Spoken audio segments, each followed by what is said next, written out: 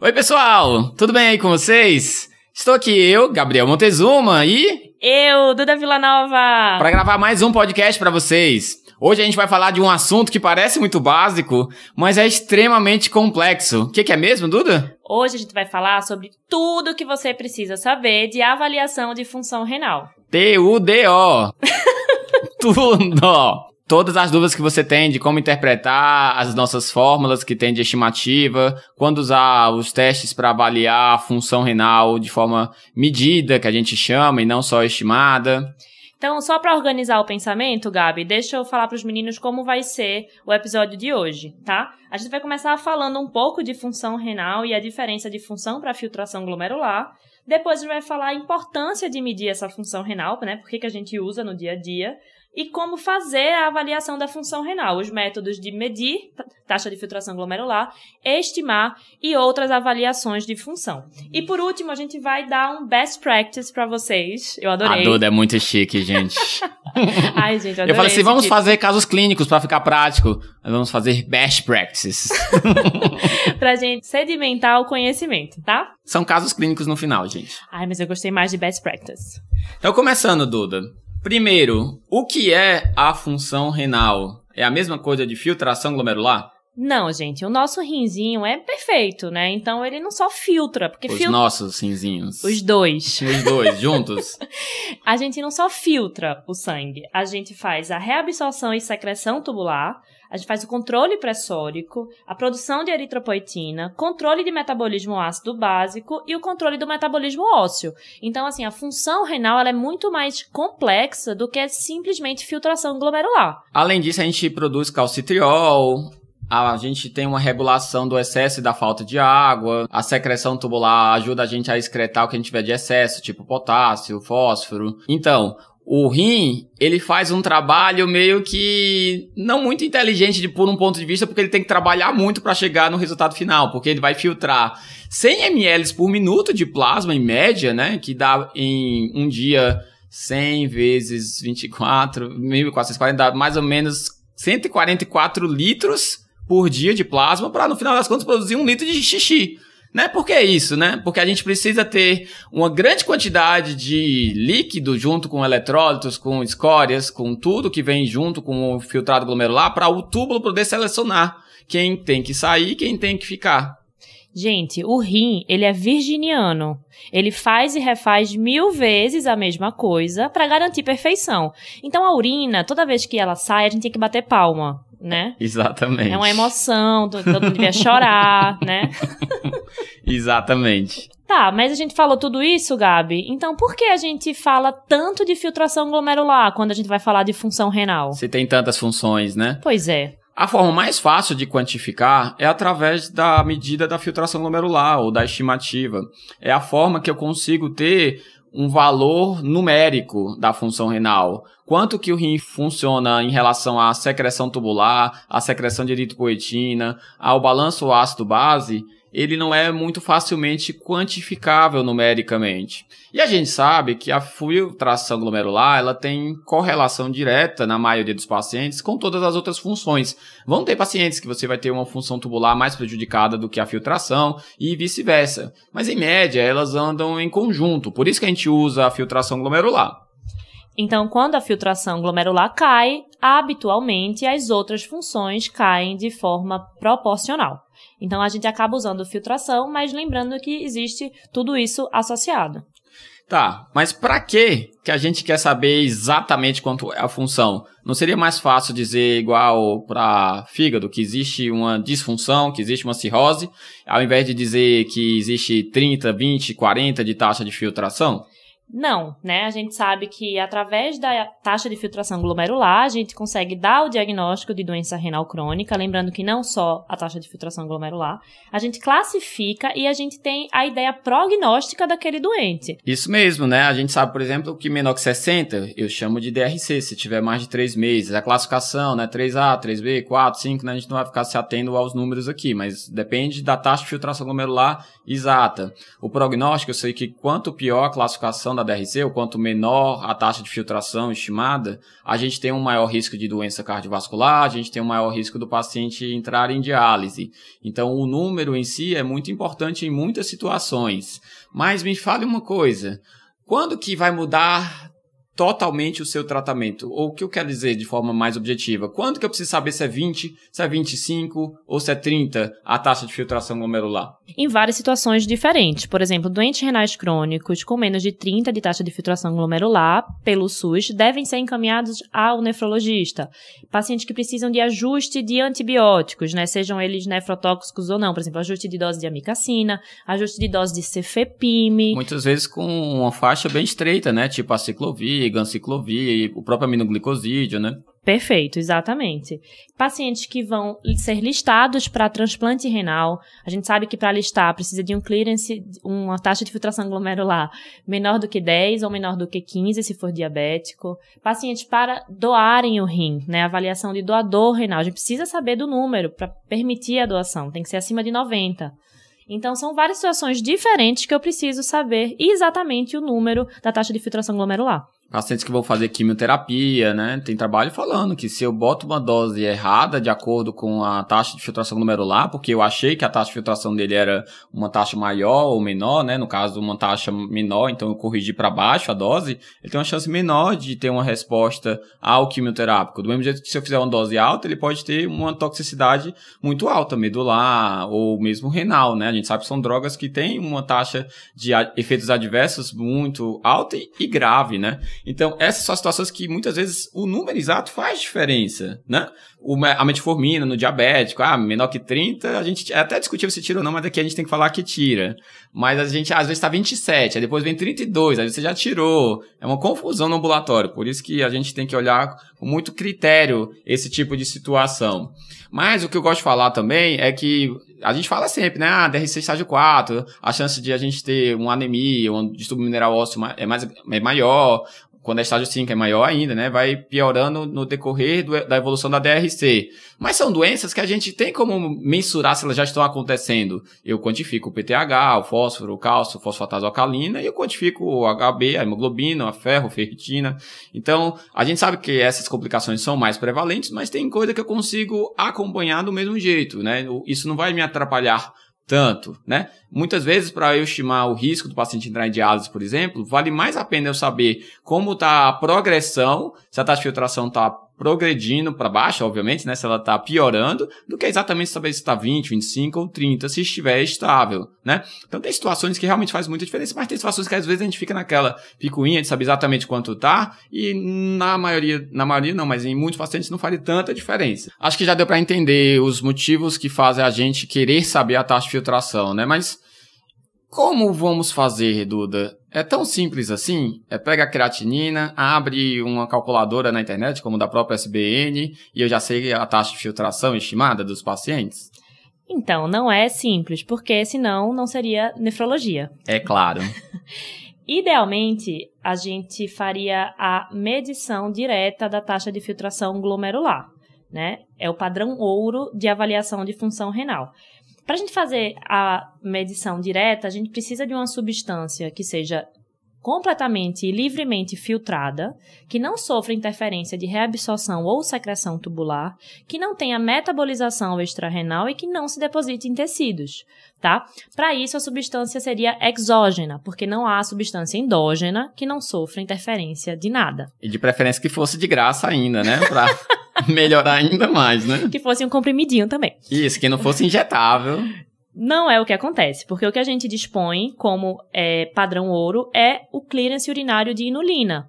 Inulina é uma medicação, uma substância que deve ser infundida via venosa, de forma contínua, exige cateterização vesical e coleta seriada de inulina plasmática e urinária, para depois permitir o cálculo. Então, na prática, não é palpável, não é possível, além de ser extremamente caro. Pouco acessível, poucos centros têm a inulina. Então, hoje em dia, não se usa nem mais em pesquisa, para vocês terem ideia. Tem outras formas também, né? A gente tem de padrão ouro para avaliação hoje em dia, já que a gente não usa mais inulina, a medida do clearance através do iotalamato ou do iohexol. são 2 contrastes, né? Vocês já devem ter ouvido falar deles, que tem uma excreção puramente renal.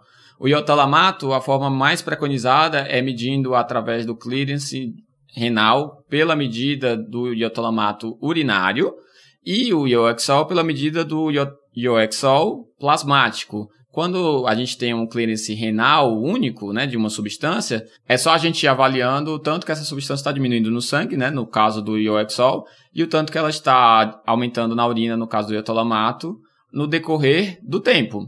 Assim, a gente consegue estimar, ou na verdade, calcular a taxa de filtração glomerular. Mas também não são perfeitas, né? O iohexol, ele também requer que você faça a dosagem do sangue frequente.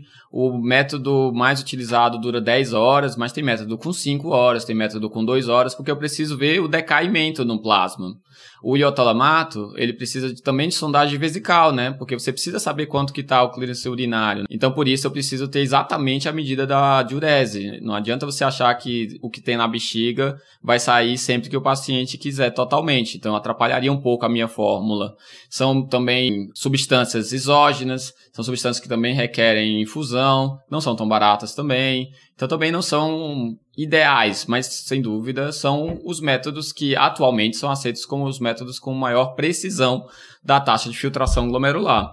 Tem outras formas também de fazer essa medida exata, em teoria, da taxa de filtração. A gente pode usar cintilografia através de radioisótopos. Então, a gente tem o cromo, DTA, e tem o tecnécio, DTPA, aquele mesmo que a gente usa para cintilografia para ver função tubular. Então, essas 2 formas, através de cintilografia, também servem para a gente avaliar a taxa de filtração glomerular medida, através também do decaimento do radioisótopo. Como um lado negativo, a gente tem o fato de usar um radioisótopo, né, uma substância radioativa. Por mais que a gente acredite que seja uma radioatividade pequena, não deixa de ser um radioisótopo. E como novidade, eu achei interessante citar também que estão sendo desenvolvidas substâncias ligadas à fluorescência. Gabi, me ajuda. Fluoresceína. Obrigada. E que permitem a medida transdérmica da taxa de filtração glomerular. Gente, eu achei o máximo. Imagina a gente andar com um aparelhozinho na pele e dizer a taxa de filtração. Eu prefiro não ter esse aparelhozinho. Por favor. Mas se for necessário, é melhor um aparelhozinho. Isso. Tipo o Libre para glicemia, né? Exatamente. Aí a gente vai ter um app que vai falar quanto tá a minha taxa de filtração glomerular. Eu demorei pra entender o app. Um aplicativo, gente, pro pessoal da minha idade. Mas tá, na prática, o que a gente utiliza no dia a dia é a estimativa da filtração glomerular, né? Não é a medida direta. E a gente utiliza algumas substâncias e fórmulas para chegar nessa estimativa. Vamos começar com a nossa velha e boa creatinina, né, Gabi? Antes de falar das fórmulas em si, né, vamos entender um pouco a creatinina, né? A creatinina, ela é um metabólito da creatina. A creatina é uma proteína que ela é derivada de aminoácidos que o fígado produz. Tá? O fígado pega os aminoácidos da dieta e produz. A gente também pode adquiri-la direto da dieta, né? Tanto por suplementos alimentares, né? Ele tá tomando pré-treino. Não tô, gente. Deveria, na verdade, mas não tô. Como também através de carne vermelha, principalmente, tá? Então, essa creatina vai pro músculo, que vai possibilitar a contração muscular, fornecendo energia, e vai, a partir dessa contração, sai um metabólito que é a creatinina, que vai ser excretada pelo rim. Em teoria, seria maravilhoso, né? A gente usar uma substância endógena para avaliar a função renal. Mas a creatinina, infelizmente, tem alguns defeitos, né, Duda? Sim. O que a gente sabe é que ela é livremente filtrada pelo glomérulo, porém tem uma porcentagem significativa que é secretada pelo túbulo. Isso atrapalha a nossa estimativa de filtração glomerular. Porque se eu consigo reduzir a minha creatinina sérica por secreção tubular, significa que eu estou superestimando a minha filtração glomerular. Isso, ela está mais baixa no sangue do que deveria estar se ela tivesse só filtrada. Exatamente. Além disso, a gente já entendeu, pelo que o Gabi falou, que eu preciso de um fígado funcionante e de uma massa muscular adequada para aquela idade. Pra gente ter... na média daquela idade, na né? Média o que é uma massa idade. muscular. A massa muscular adequada é aquela bombadão, né? Gabriel. Uma massa muscular na média para aquela idade e gênero, pra gente conseguir comparar os indivíduos com essa mesma filtração glomerular. Isso. Então, se você pega um paciente de 40 anos, mas que tem uma doença que cause sarcopenia, como cirrose, como neoplasia, se você tem um paciente que é desnutrido por baixa ingesta alimentar, ou se você tem o contrário, né, o paciente ou não paciente, né, a pessoa que é da academia, que é bombado, um atleta, um paciente amputado, a gente sabe que a creatinina perde muito da sua validade. Se você tem um cirrótico, mas também se você tem um paciente com uma lesão hepática aguda. Não precisa ser uma hepatite aguda, pode ser um paciente séptico, que ele tem uma função hepática reduzida pela própria sepse, né? Uma disfunção orgânica. Já é o suficiente para a creatinina ser menos confiável. Então, ela é um método para avaliar a função renal, que é um método muito importante, porque ela é muito acessível, ela é barata, a gente sabe os defeitos dela, mas ela tem seus defeitos. A graça é que a gente sabe quais são. E como a gente usa ela, então, na prática, né? Você usa aquele valor de referência de 0,7 a 1,3 que vem no laboratório? Quem vê creatinina não vê taxa de filtração glomerular. Então, a gente precisa calcular a taxa de filtração glomerular estimada. E a gente utiliza algumas fórmulas que foram validadas ao longo dos anos. Tem várias, né? Mas as mais utilizadas são CKD-EPI e MDRD, que foram baseadas em 2 gigantescos estudos. Pegaram de milhares de pessoas, né, para ser mais preciso, para poder avaliar quanto é a média de função renal de acordo com a idade, com a etnia na época e com o gênero, de acordo com a creatinina. Ou a creatinina de acordo com a idade, gênero e a etnia. O MDRD tem um problema que ele só foi utilizado em pacientes que tinham redução da taxa de filtração glomerular. Era um estudo com pacientes com DRC. Então, era só para quem tinha menos de 60. Então, ela é um método ruim para pacientes com função renal normal ou maior do que 60. A gente sabe também que tem a famosa e não mais utilizada Cockcroft-Gault, como também forma de avaliar a função renal. Mas o Cockcroft-Gault, ele tem um grande problema, porque na época a gente usava como método padrão ouro o clearance de creatinina. Então, quando a gente fala de Cockcroft, ele é uma fórmula para a estimativa do clearance de creatinina. Como a gente vai falar agora, ou daqui a pouco, o clearance de creatinina tem alguns problemas na hora de interpretá-lo. Então, o Cockcroft-Gault, ele sofria muita interferência em relação a peso, idade, raça, sexo do paciente. Mais ainda do que as fórmulas atuais. Porque a gente sabe que existe uma grande interferência por usar a clearance de creatinina como padrão ouro. Atualmente, então, a melhor fórmula e a mais recomendada é a CKD-EPI, que tem boa correlação com os extremos de função renal. E que tem correlação com os desfechos, que é o que a gente quer a função renal. Então, o CKD-EPI teve boa correlação com morte cardiovascular, com eventos cardiovasculares, com entrar em diálise, né, com evolução para diálise. É atualmente a fórmula indicada.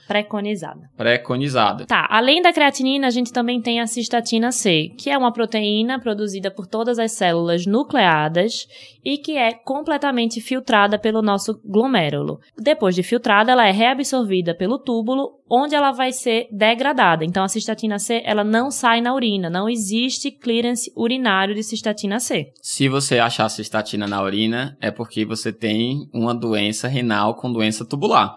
A gente pode usar até como marcador de doença tubular, tá? Se não estiver sendo reabsorvida. Perfeito. E quais são as vantagens da cistatina C? Ela sofre menos interferência de massa muscular, função hepática e gênero.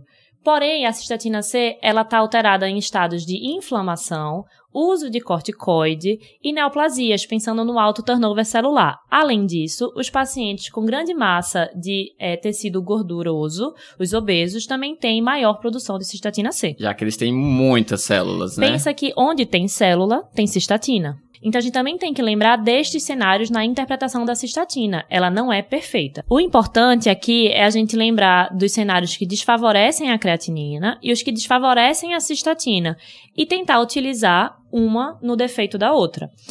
O melhor de tudo é utilizar a fórmula dupla. Hoje a gente sabe que utilizar o CKD-EPI, cistatina mais creatinina tem uma maior acurácia do que elas isoladamente. Só para atualizar vocês, saiu uma fórmula nova do CKD-EPI de 2021, onde a gente tira o efeito etnia e foi refeita a fórmula sem considerar a etnia. Por quê? Porque existia uma grande discussão na literatura se de fato a gente está classificando certa a etnia dos pacientes. Aqui no Brasil, então, nem se fala, né?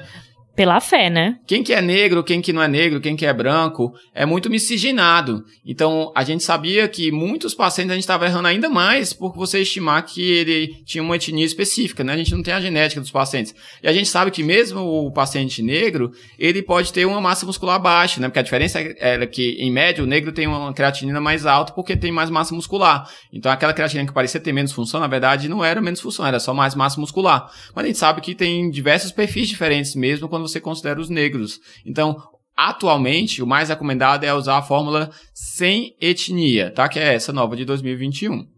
Perfeito. Acho que a gente falou bem da creatinina, cistatina. Vamos então para o clearance de creatinina medido. E é igual à minha taxa de filtração glomerular medida? Não. Como vocês já aprenderam, a creatinina ela tem alguns problemas. E o clearance de creatinina, ele junta esses problemas. Porque na hora que eu estou vendo o tanto que está a creatinina sérica e quanto está saindo na urina, que é exatamente o conceito de clearance, eu esperava que estivesse sendo apenas a saída através da filtração glomerular, mas vocês já entenderam que a creatinina ela é também secretada. Essa quantidade secretada ela é variável na literatura e quanto pior a função renal, maior a interferência da secreção. Chega a 5 a 10 ml por minuto. Se eu tenho uma taxa de filtração de 20, isso é quase 50%. Ou seja, pode até mudar a nossa conduta, né? Essa superestimação da função. Completamente. Quer dizer que a gente não vai usar nunca o clearance de creatinina medido? Não. Não. A gente tem situações que vai usar que é o que a gente vai colocar no best practice, né, Duda? Só para lembrar que a gente faz uma estimativa da taxa de filtração glomerular através da medida do clearance de creatinina. A gente não está medindo a taxa de filtração glomerular, a gente está estimando, certo? Para otimizar essa estimativa, a gente pode lançar mão do clearance medido de ureia e fazer uma média entre os dois resultados. Por quê? Diferente da creatinina, a ureia vai ser reabsorvida no túbulo e ela subestima a filtração glomerular. Então, quando a gente usa os dois clearances medidos e faz uma média dos dois, a gente corrige um pouco esse erro que é a função tubular na nossa filtração. Já que um superestima e outro subestima. Apesar de fazer muito sentido, isso não é tão bem determinado na literatura, tá? Você vai ver muitos médicos utilizando, principalmente para o paciente dialítico, mas na prática a gente não utiliza tanto quanto deveria talvez, porque não tem um embasamento científico para isso, tá? Além disso, eu acho que valeria a pena a gente citar que existem outras formas de a gente avaliar o risco do paciente ter uma progressão da doença renal e de ter um risco aumentado de doença cardiovascular, que são formas de avaliar a função ou, na verdade, a lesão tubular, né, que são os biomarcadores de lesão tubular. A gente usa muito eles no agudo, né? Que não é exatamente o assunto do podcast de hoje, mas tem alguns biomarcadores que também servem para avaliar exatamente essa situação. Tipo, um diabético com 30 taxas de filtração pela CKD-EP, se eu mensuro um biomarcador tipo MCP1, que não é acessível ainda para a gente, mas que talvez no futuro seja, a gente sabe que ele tem um risco maior de progressão. Ou mesmo a albuminúria, né? Que a gente sabe que quanto maior a albuminúria, maior o risco de progressão do paciente com DRC. Então, só lembrando que, para que a gente mede a taxa de filtração, né? Para também ver o risco desse paciente, o prognóstico desse paciente. E tem outros fatores que também a gente precisa levar em consideração, apesar de não ser exatamente uma forma de ver a função renal. Então tá, vamos falar agora, então, das melhores práticas médicas. Best practices. Vale a pena reforçar que a indicação ainda é e continua sendo que o primeiro exame seja a taxa de filtração glomerular estimada pela creatinina sérica, porque é o mais disponível, o mais barato, o mais conhecido, a gente sabe interpretá-la. E que vai acertar na grande maioria das vezes. Exatamente, mas o que a gente tem que saber e o que da questão é quando eu preciso de testes confirmatórios. Por exemplo, vamos jogar um caso clínico, né? Então, vamos supor que eu tenho um paciente de 70 anos, diabético de longa data, que passou por uma amputação recente da perna esquerda por um pé diabético e volta no consultório para ajuste de medicações após a alta. Ele traz uma creatinina que tem uma taxa de filtração glomerular estimada de 30. O que você faria, Gabi? Você confiaria nessa taxa de filtração glomerular estimada? Você acha que a creatinina para esse doente está suficiente? Se eu souber um número diferente desta taxa de filtração glomerular, vai interferir na sua conduta? É exatamente isso que a gente tem que avaliar. Tem alguma medicação ou algum tratamento que vai mudar de acordo com o número, como a gente estava falando lá no começo do episódio, né? Então, nesse caso especificamente, tem muita coisa, né? A metformina, se está com menos de 30, teoricamente a gente tira. O inibidor de SGLT2, antigamente 30, hoje em dia 20, a gente tira. Ou, na verdade, a gente não inicia. Então, tem muita coisa que muda de acordo com a taxa de filtração glomerular. Como eu tenho um fator de risco, uma situação onde é muito nítido que a creatinina pode estar falsa, assim como se ele fosse sarcopênico, se ele fosse obeso sarcopênico, não, obeso sedentário, mais do que obeso, se eu tenho um paciente idoso que é também frágil, eu sei que aquela creatinina pode estar falsa. Então, essa é a situação ideal, a que vai mudar minha conduta para fazer um teste confirmatório. E aí, qual você faria? Nesse caso especificamente, eu gostaria da cistatina, porque eu sei que o clearance de creatinina para esse paciente pode estar falso. Apesar de que, teoricamente, a creatinina urinária vai estar também menor, a excreção, pela produção menor de creatinina. Eu usaria a cistatina também. A gente sabe que a cistatina tem menor interferência da massa muscular, ou seja, não tem interferência, né? Atrapalharia menos minha análise. Mas, Exato. Em teoria, as duas modalidades poderiam ser utilizadas. Sim. Então, a gente faria um CKD-EP, cistatina com creatinina e confirmaríamos essa taxa de filtração glomerular. Um segundo caso, um paciente obeso mórbido com IMC de 40, que tem uma creatinina de 2, que para ele deu uma taxa de filtração glomerular estimada de 40, e que teve um diagnóstico recente de uma neoplasia de pulmão, uma neoplasia de trato gastrointestinal, que muitas vezes usa uma platina. E aí você está na dúvida se a creatinina realmente é confiável ou não para ele, porque vai mudar completamente ou minha dose da cisplatina, que é uma medicação bastante tóxica para o rim, principalmente, mas não somente, ou se vai ser necessário eu trocar por uma alternativa, como a oxaliplatina, a carboplatina, que são menos tóxicas, mas que para muitas neoplasias também são menos eficientes. Então pode mudar completamente o tratamento do meu paciente. Então vou procurar um teste confirmatório. Nesse caso, qual você faria? Olha, vamos adicionar aí que esse paciente também recebe corticoide para essa neoplasia. Já? Meu Deus, que neoplasia é essa que você está dando corticoide? Muitas a gente dá. Mas só para lembrar que nesse cenário de obesidade, neoplasia e corticoide, a minha cistatina perde força. Então eu não utilizaria ela como meu teste confirmatório. Isso. O clearance de creatinina poderia ser utilizado nessa situação. Mas essa situação onde o valor da taxa de filtração pode ser muito impactante para o desfecho do paciente é uma das situações onde a gente prioriza um método confirmatório mais preciso. No caso, uma medida da taxa de filtração glomerular, como uma cintilografia, como a gente já tinha comentado, com o Chroma-DTA ou com o Tecnesio DTPA, que estão disponíveis em muitos hospitais aqui no Brasil, tá?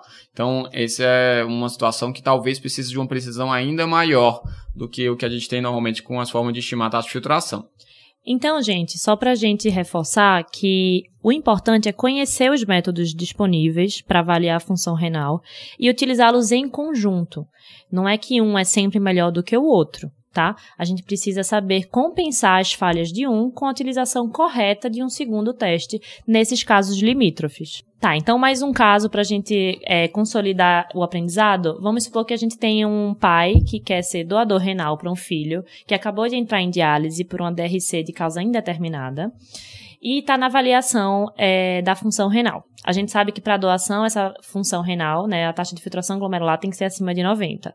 A gente pediu uma creatinina, que a taxa de filtração glomerular estimada, ela dava de 100 ml por minuto, e pedimos um clearance de creatinina medido, que veio um clearance de taxa que estimava a taxa de filtração glomerular de 80. Então, a gente tem dois testes utilizados em conjuntos discrepantes. O que a gente pode fazer nesse cenário? É um cenário que faz muita diferença, já que ele pode ou não doar o rim de acordo com a taxa de filtração. Então, eu vou fazer um terceiro teste, que pode ser o teste com a cistatina C. O ideal é até fazer a taxa de filtração estimada com a creatinina e a cistatina na mesma fórmula. Seria mais preciso do que cada uma delas isoladamente. Além disso, avaliar o risco daquele paciente ter uma DRC ou uma redução da taxa de filtração. Se é um paciente que tem fatores de risco, se é um paciente que tem albuminúria, que até contraindicaria já, na verdade, a doação, né, Duda? Mas, de qualquer forma, a gente teria que avaliar o contexto também para entender se ele é hipertenso, se ele é tabagista, para entender se, de fato, aquela função renal está mais compatível com 100 ou com 80, né?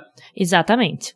Gente, só um detalhe importantíssimo que a gente não citou lá atrás é que toda vez que a gente for medir o clearance, seja de ureia ou de creatinina, a gente tem que rever a coleta da urina de 24 horas. É muito comum haver erro, engano, esquecimento, os pacientes ficam nervosos e não querem contar que erraram, né? Então é importante a gente explicar que é pro bem deles contar tudo. E se for necessário, a gente repete, não tem problema.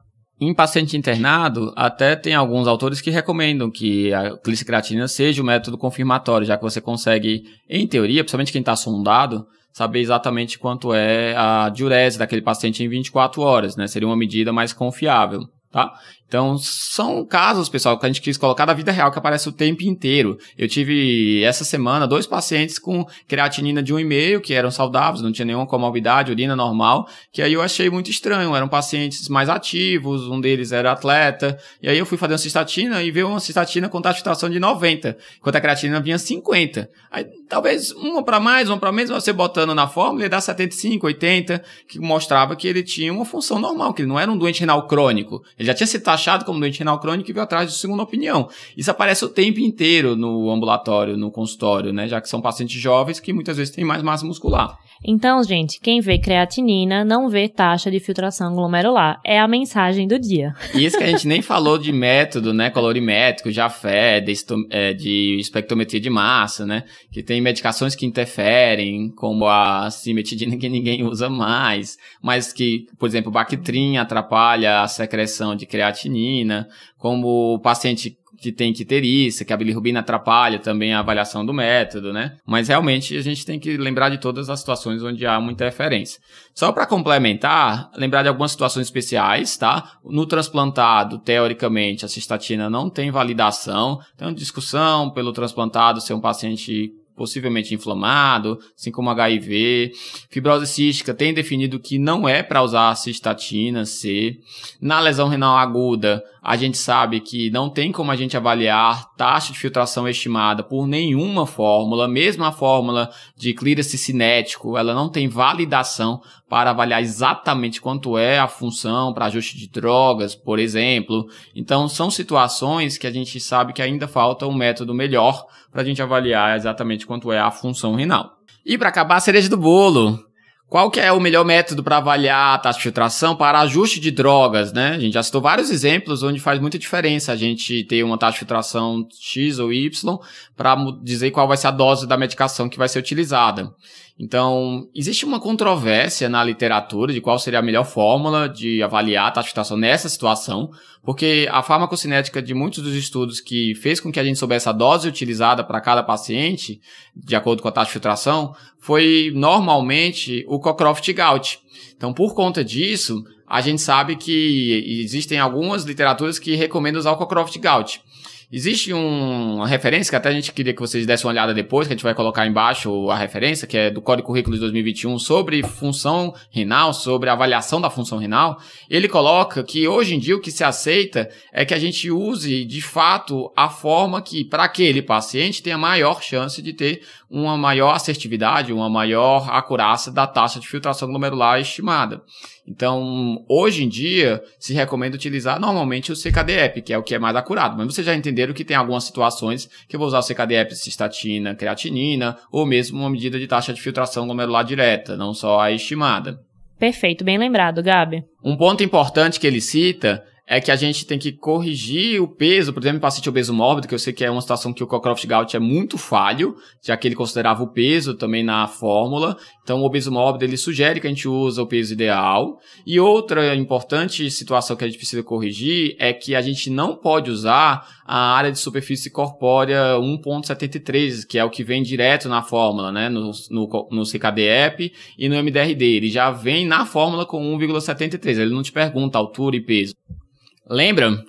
Isso acontece por quê? Porque a gente usa normalmente a fórmula para avaliar o risco do paciente ter evolução para doença renal crônica, né? Para ver se é estágio 3, se é estágio 4, se é estágio 5, e para avaliar risco cardiovascular também de acordo com o estágio. Então, quando a gente faz isso, a gente precisa normalizar para 1,73 metros quadrados. Um paciente baixinho, que tem 30 de taxa de filtração glomerular em ml por minuto, ele tem um risco talvez parecido com um paciente de 2 metros de altura, que tem 40 ml por minuto. Então, a gente normaliza os dois para 1,73. Então, para avaliar avaliação de prognóstico, para diagnóstico de doença renal crônica, a gente faz a correção para 1,73.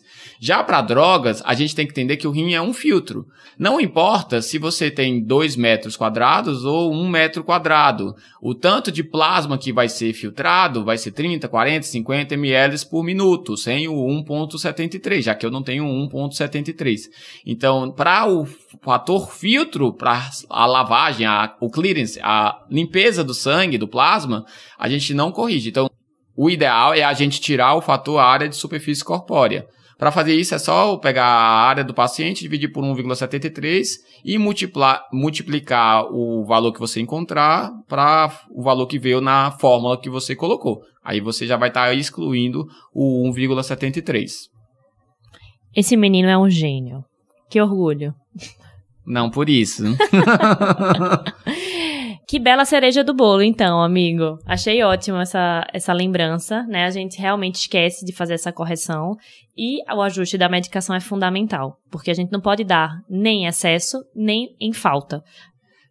Assim, o que a gente queria que ficasse de mensagem para vocês é que a gente tem métodos bons para avaliar a taxa de filtração glomerular, mas a gente tem vários defeitos. A gente está procurando ainda um método que seja melhor, que seja mais fidedigno, mais acurado. A gente precisa entender quais são os defeitos e a gente precisa entender que situações em que realmente faz diferença saber exatamente qual é a taxa de filtração glomerular, que foi o objetivo do nosso podcast. Espero que a gente tenha cumprido com o nosso objetivo, né, Duda? Sim, curtam, comentem, compartilhem, mandem feedback para esses 2 seres que gostam de vocês. Pra todo mundo, não só pra gente. E a gente se vê na próxima, pessoal.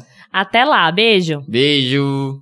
Esse podcast tem o objetivo de educação médica. As informações aqui prestadas exprimem as opiniões dos seus integrantes no momento da gravação. Não esqueça que a medicina é uma ciência que muda constantemente. Não utilize as informações ouvidas aqui como conselhos médicos para si ou para outros. Em caso de necessidade, procure opinião médica direcionada.